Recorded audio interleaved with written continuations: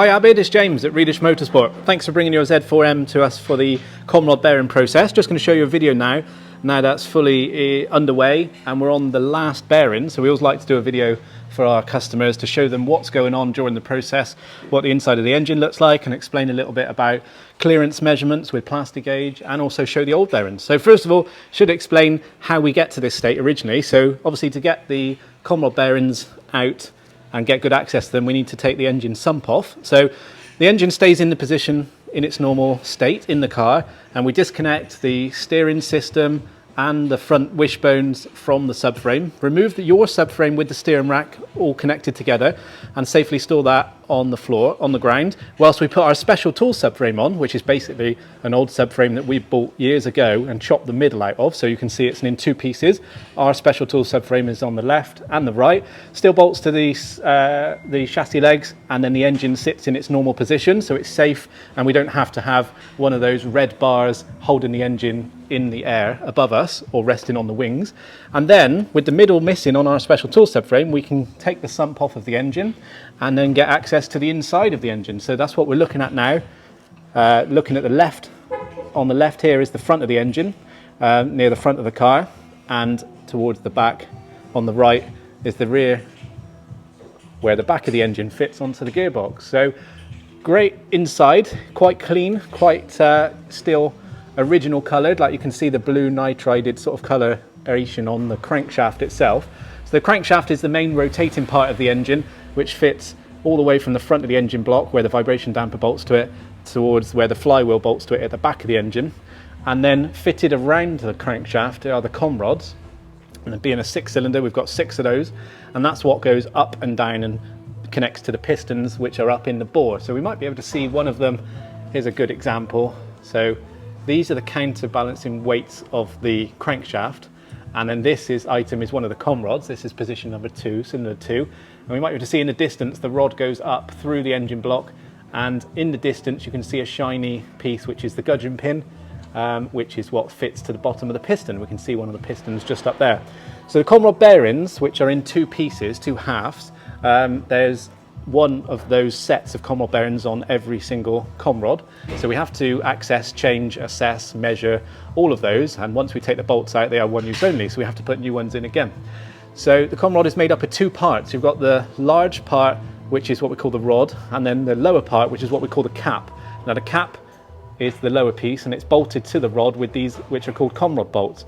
And these are new ones. You can see a slightly different colour to the rest of the components inside the engine, and they've also got yellow paint mark on them, which is something that we've added as we've gone along to tell us that we've completed that special torque process on every one of those, and we don't need to revisit that area. It's a special 3-stage tightening process because the bolts have to be stretched effectively as per BMW instructions. So it's 5 Newton meters, 20 Newton meters, and then a 105-degree turn. And then we're on the very last one now, cylinder 6, which is why this one looks a little bit different, because we've got the com rod cap removed, which is how we then access the com rod bearings. The bearings are very small, they're about 2.5 millimeters thick, and you can just see the edge of one of them poking out there, and then it fits around the back of the com rod and pokes out just down there, and the other half of it is out of the car at the moment because so is the cap. And that exposes this shiny surface here, which is called the crankshaft journal. That's the really important part, which needs to stay perfectly smooth and clean, free from debris, and it's what the com rod bearings run around on, but they don't actually touch it. They float on a film of oil, which is called a hydrodynamic wedge, and that film of oil has to be a certain thickness or tolerance. There's a range of gaps that it can be. BMW set that tolerance, and we have to measure that. So it's in the BMW instructions, and every single bearing job, com rod bearing job that we've ever done on a BMW engine since 2005, we've always adhered to that and used plastic gauge to measure every single cylinder, not just one or two. We measure every one of them and put the details on a data report, which we give to you at the end of the process. And that's critical because you could always have a bearing which is mismanufactured, that the manufacturer hasn't noticed, or it got damaged in shipping and it's just been compressed ever so slightly, and the human eye would never know that you're fitting a bearing which wouldn't be perfect for the engine. So it's much like valve clearances going on at the top of the engine, where you have to custom gap the valves with either changing shims or set-in tappets on a different engine. And it's much the same under here on com rod bearings. We have to make sure that we've got exactly the correct gap or within the tolerance range that BMW set, so it's safe to then start up and obviously hand back to you. So that's what we're doing with Plastigauge, which is this red system. It's a very small, thin, predetermined size of plastic, which you lay across either the journal or the bearing, and then install the bearing and the cap and the bolts, carry out the torque process to squash that piece of plastic, and then you remove everything and look at how wide that piece of plastic has been squashed. It started life very thin, and depending on how far it squashes, that will tell us how wide the gap is there. So we're just going to show you what that looks like on the Comrod, on the Plastigauge measuring chart. So this is the Plastigauge measuring guide. So it's lots of red blocks, and we have to match up what one is closest to the squashed piece of plastic that we've now created. So they start with a very large block up here. That's the tightest gap on this gauge, which is 0.025 of a millimeter, and then the loosest gap is this small one down here, which is 0.175. And the BMW tolerance for the S54 engine is around about 0.025 to 0.070 of a millimeter, and this one is measuring at 0.050 of a millimeter, which is excellent. That's what we commonly see with BMW bearings, and it's very consistent. You've got all of yours have measured out at 0.05, so we're very much in the middle range of the tolerance that BMW supply. There's no abnormalities, and we're quite pleased now that we've seen every one is like that. We're safe to say this Comrod bearing process has been successful, and we can now wipe that piece of Plastigauge off to remove it, and then lubricate the crankshaft journal and the new bearing, and install that final half of the bearing shell with the 2 bolts, carry out the torque process, and then that's effectively the Comrod bearing and bolts done.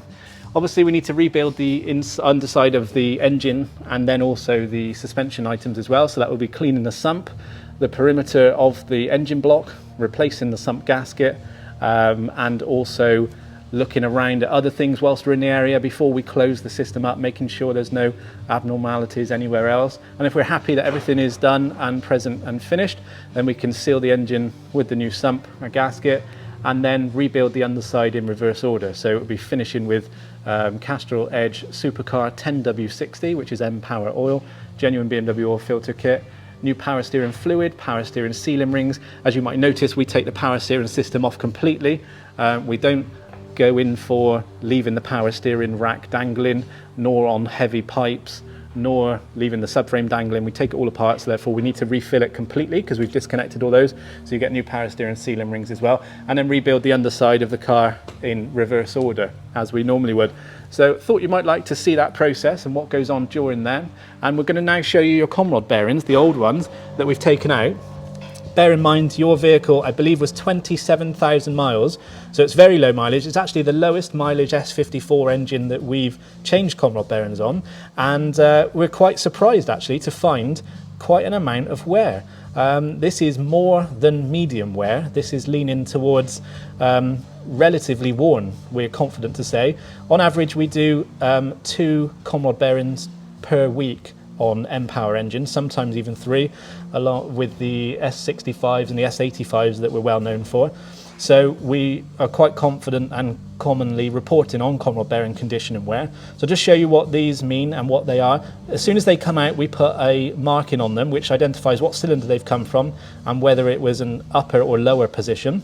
Obviously it's self-explanatory. Upper means it was in the top of the Comrod, lower means it was in the bottom, in the cap. For instance, this is the Comrod cap, which is the lower part of the Comrod. Here is the new bearing. You've opted for genuine BMW bearings, which are going back in. That's the new one, so it gives you an idea of what it looks like. That red mark in there is just showing you that that's the Plastigauge imprint. Obviously, we'll clean that off when we clean the rest of them off before we install. And that's the Plastigauge chart. So just putting this one next to it gives you an idea of the sort of finish that you'd see on a new bearing. And this is perfectly... forget the word, but we're looking at all the lowers are completely what I'd say normal, and the uppers are the ones that see the wear, which is completely normal. We always find that happens. They get more wear on the compression, sort of downstroke that is. And you've got two stages of wear going on here, which always happens on the BMW bearings that are made of copper and lead, which are like yours. These are the old style bearings, the 437 and 438. And now there's a new part number bearing, which is what these are. These are the 439s and the 440s. So you've got one layer, first of all, which is like a grey olive green colour, which is the wider bearing, the wider worn patch. That's actually the lead content being exposed in the bearing. And then once you go through that lead layer, then you start to see a bright copper, which is really noticeable. And that is the second layer of wear, and that is the copper material showing. And the copper material is effectively the last almost sacrificial layer before you actually get to the back-in plate piece of the bearing. Copper is about the last point of material you will see before the bearing starts breaking up. Now, it was probably a fair amount of away from that, but at 27,000 miles, if it carried on wearing in the same process or was carried on driven in the same manner, these bearings may have only got to, say, 35,000, 40,000. We'll never know. And luckily you won't need to know either, because you'll probably be rest assured now that they are going to last a lot longer with fresh bearings in there than they were ever leaving these ones in there. And it just goes to show you never know what you're going to find. I honestly thought at 27,000 miles the bearings that would come out were going to be nearly perfect and would have gone on to do 60, 70, 80, 90, 100,000 with no problems. But at 27,000 it was quite surprising. So well done for doing those. Not every engine's going to be like that. It's just luck of the draw, really, knowing whether it was a tolerance stack sort of issue when the engine was built, or whether it's had a really hard life with aggressive owners before. We'll never know, but great to see that they're out of the engine now and not going to be causing it any more risk factor anymore. We'll bag those up and let you take those away along with the old parts, as I'm sure you'll be keen to see those, and the bolts and everything else that we've taken out of the engine. So hopefully you found that video informative and just shows you sort of the process that we go through on every Comrod bearing process on the S54, whether it's an E46 or an E85 or E86 Z4M. It's the same process. We video this for every customer that comes in, whether they've got an E92 M3 with an S65 or an S85 or an S63 or an S50. Everybody gets around about an 8-minute personalised video of the Comrod bearing process in order. So if you ever sell the car, for example, it's a great video to show to the next owner to prove that they've been done meticulously and with great care. So if we can answer any questions on that process or our findings today, let us know. Other than that, once the car's back together and the oil level is correct and we've carried out our final 12-mile road test, then we'll let you know it's ready for collection. Thank you for choosing Riedish Motorsport for your Comrod bearing work.